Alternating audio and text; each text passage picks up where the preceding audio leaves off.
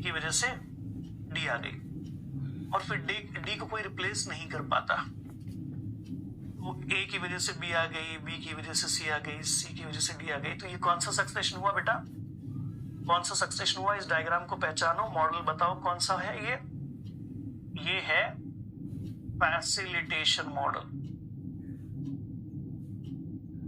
है ना, ये फैसिलिटेशन मॉडल है। इनसे पहचान लिया देख करके, प्लस लिखा है ना। अच्छा, फैसिलिटेशन मॉडल अगर प्लस लिखा हो तो, ना लिखा हो तो समझाना, आप आइडेंटिफाई कर लेना, बस दिखना क्या चाहिए कि एक के बाद दूसरा आ जाए। दूसरा ड्रॉ करते हैं इनिबिशन मॉडल। इनिबिशन मॉडल कैसा होता है? ये बैरनेरिया था, वहां स्पीशीज ए आई, ए ने कंडीशन बी के लिए कैसे बना दी? अनफेवरेबल। मान लो बी है तो बी ने कंडीशन कैसे बना दी? अनफेवरेबल। मान लो सी है तो सी ने कंडीशन कैसे बना दी? अनफेवरेबल। मान लो डी है तो डी ने कंडीशन कैसे बना रखी है सभी के लिए? अनफेवरेबल।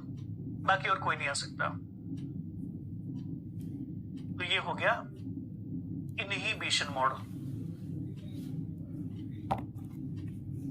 इनहिबिशन मॉडल आइडेंटिफाई करने आना चाहिए, ठीक है। इसी का एक और रिप्रेजेंटेशन है कि कोई स्पीशीज ए है, वहां पर स्पीशीज ए और बी या तो फिर उस जगह पर सी पाया जाता है या तो फिर उस जगह पर डी पाया जाता है।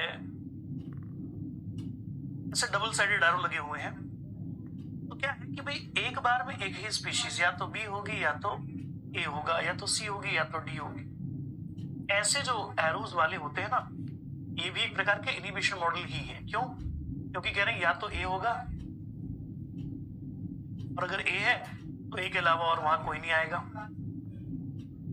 या तो बी होगा उसके अलावा कोई नहीं होगा, या तो सी होगा उसके अलावा कोई नहीं होगा, या तो डी होगा उसके अलावा कोई नहीं होगा। ऐसे मॉडल्स को भी कई बार इनहिबिशन मॉडल ही कह दिया जाता है। तो ये भी क्या है? Inhibition model.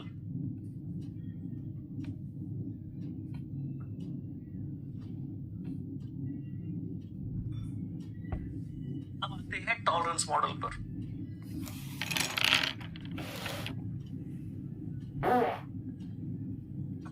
देखे जा सकते हैं रेनू बेटा, बट कंडीशन ऑलरेडी मेंशन्ड होती है कि क्या देखना है क्या नहीं देखना है। चलो, कोई बैरन एरिया था, इसी बैरन एरिया में कोई स्पीशीज ए आई और ए ने एनवायरनमेंट को मॉडिफाई किया तो बी आई, बी ने एनवायरनमेंट को मॉडिफाई किया सी आई, सी ने एनवायरनमेंट को मॉडिफाई किया डी आई, और डी आई तो साइक्लिक मैनर में ऐसा। अगली जानकारी ये है कि अब ए के अलावा सीधे सीधे वहां पर कौन आ सकता है? बी भी आ सकता है। बी की बजाय सीधे सीधे उस एनवायरनमेंट में सी भी आ सकता है। जरूरी नहीं है कि बैरन एरिया में पहले ए ही आए, ए के अलावा बी भी वहां आ सकता है, बी के अलावा सी भी आ सकता है, या सीधे सीधे वहां पर डी भी आ सकता है। तो ये जो पूरा का पूरा मॉडल बन रहा है, क्रिएट हो रहा है ना, ये क्या है? ये कौन सा मॉडल है? कि कोई भी किसी भी स्टेप पर कभी भी आ सकता है। Now it is representing the tolerance model. क्या रिप्रेजेंट कर रहे हैं? Tolerance model. ठीक, तो प्राइमरी सक्सेशन को रिप्रेजेंट करने के लिए कुछ रिप्रेजेंटेशन होते हैं और कुछ होते हैं सेकेंडरी सक्सेशन को रिप्रेजेंट करने के लिए। तो कई बार वहां से भी क्वेश्चन आता है। ध्यान रखिएगा, बहुत सिंपल होता है। अगर सेकेंडरी सक्सेशन आइडेंटिफाई करना है या फिर प्राइमरी और सेकेंडरी सक्सेशन कैसे आइडेंटिफाई करते हैं, ये आपसे कोई पूछे तो उसके लिए भी मैं आपको लिखवा देता हूं कि प्राइमरी सक्सेशन कैसा दिखता है। प्राइमरी सक्सेशन में हमेशा शुरुआत होगी बैरन एरिया से, फिर बनेगा कोई पायनियर स्पीशीज, फिर आएगा कोई इंटरमीडिएट स्पीशीज, और इस प्रकार से बात चलती रहेगी। ऐसा कोई सक्सेशन है तो वो प्राइमरी सक्सेशन है। अब यहाँ प्लस लिखा हो या माइनस लिखा हो या जीरो लिखा हो, कुछ भी हो सकता है, लेकिन सेकेंडरी सक्सेशन जो है, सेकेंडरी सक्सेशन, ये कैसे आइडेंटिफाई करते हैं? सेकेंडरी सक्सेशन आइडेंटिफाई करने का बड़ा सिंपल सा तरीका है कि शुरुआत में ही कई सारे स्पीशीज होंगे, जैसे कि ए भी है, बी भी है, सी भी है, डी भी है, कई सारे स्पीशीज हैं। फिर अगली बार स्पीशीज ए वहां से एलिमिनेट हो गया, फिर बी भी है, सी भी है, डी भी है। फिर अगली बार स्पीशीज सी डोमिनेट हो गया, डी कम हो गया, और फिर फाइनली आकर के बात डी पर रुकी और डी जो है साइक्लिक फैशन में सक्सेशन कर रहा है। तो ये जो एग्जांपल आप यहाँ पर देख रहे हो, ये रिप्रेजेंट करता है सेकेंडरी सक्सेशन, ये रिप्रेजेंट करता है सेकेंडरी सक्सेशन। तो primary succession, secondary succession, tolerance model, ये सब समझना आना चाहिए, ठीक है। ये सब आइडेंटिफाई अगर करना आप सीख गए, बात खत्म है, शाबाश।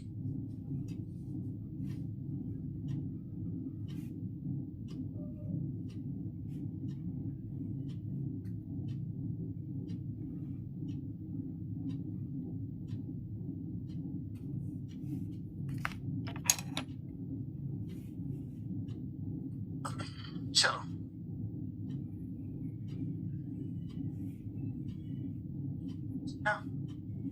ठीक, तो ये ध्यान रखिएगा, this is about the different types of models. अब आगे आप सभी को जो बातें ध्यान रखनी है वो ये है कि जो भी अलग अलग प्रकार के सक्सेशंस होते हैं, टाइप ऑफ सक्सेशंस होते हैं, उन सक्सेशन में आपको पढ़ के जाना चाहिए डिफरेंट स्टेजेस जो भी हैं हाइड्रोसीयर के। हाइड्रोसीयर सक्सेशन जब कभी भी होता है तो उसके अंदर अलग अलग स्टेजेस क्या होते हैं। हाइड्रोसीयर सक्सेशन के अंदर सबसे पहली जो स्टेज होती है उसे आप कहते हो phyto plankton stage. Phytoplankton stage के बाद की जो स्टेज होती है उसे आप कहते हो, that is the next one, read swamp या फिर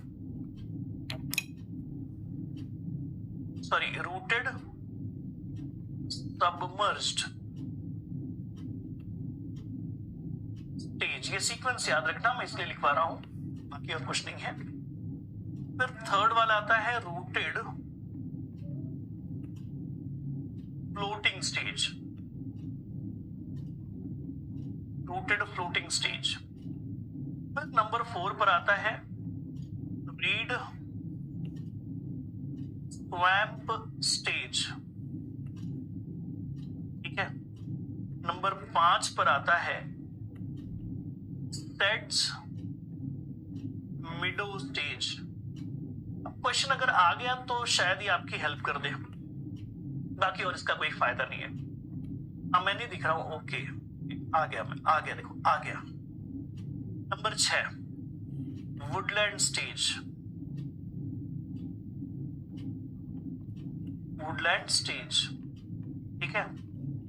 और फाइनली लिख सकते हो आप एज अ फॉरेस्ट या फिर क्लाइमेक्स स्टेज।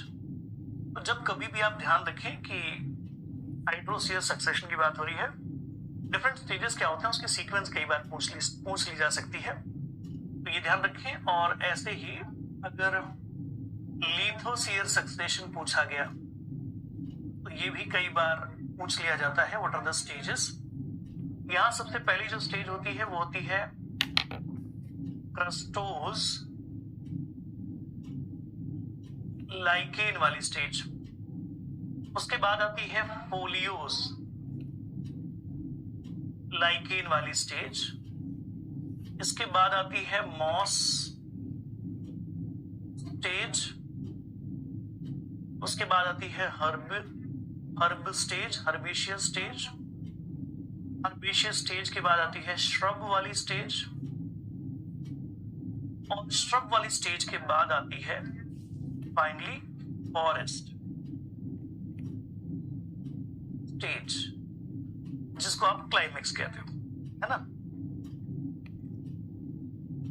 क्लाइमेक्स कहते हो, बात खत्म। तो ये है स्टेजेस ऑफ सक्सेशन। यहां से भी क्वेश्चन आता है, ध्यान रखने वाली बात है, और अगर कोई क्वेश्चन आएगा तो हम इसे यहां से सॉल्व करेंगे। चौथा क्या है, रीड स्वैम्प स्टेज, ये वाला ना, अगर ये पूछ रहे थे तो रीड स्वैम्प स्टेज। एग्जाम्पल भी बता दूं बेटा, ये जो लिखा है हाइड्रोसियर है। अब अगर आप अंदर चाहते हो कि प्लांट्स के नाम भी लिखवा दें तो मत लिखिएगा, क्योंकि अब बॉटनी का तो पेपर है नहीं, है ना। आप लिखना चाहो तो लिख सकते हो। रूटेड सबमर्ज स्टेज में आपको हाइड्रिला मिल जाएगा या वेलिस्नेरिया मिल जाएगा। रूटेड फ्लोटिंग स्टेज में आपको सैजिटेरिया मिल जाएगा या फिर लोटस मिल जाएगा, निम्फिया मिल जाएगा। बस इतना ही ध्यान रखना है।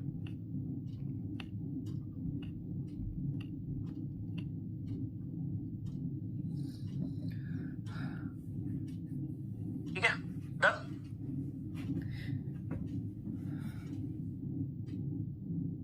बेटा ये वो स्टेज है जब मिट्टी थोड़ी सी ज्यादा हो रही होती है, पानी कम हो रहा होता है, कीचड़ जैसी स्थिति बनती है। जैसे स्वैम्प बॉग ऐसी कंडीशंस होती है ना। स्वैम्प एरिया मतलब दलदली इलाका, वैसा।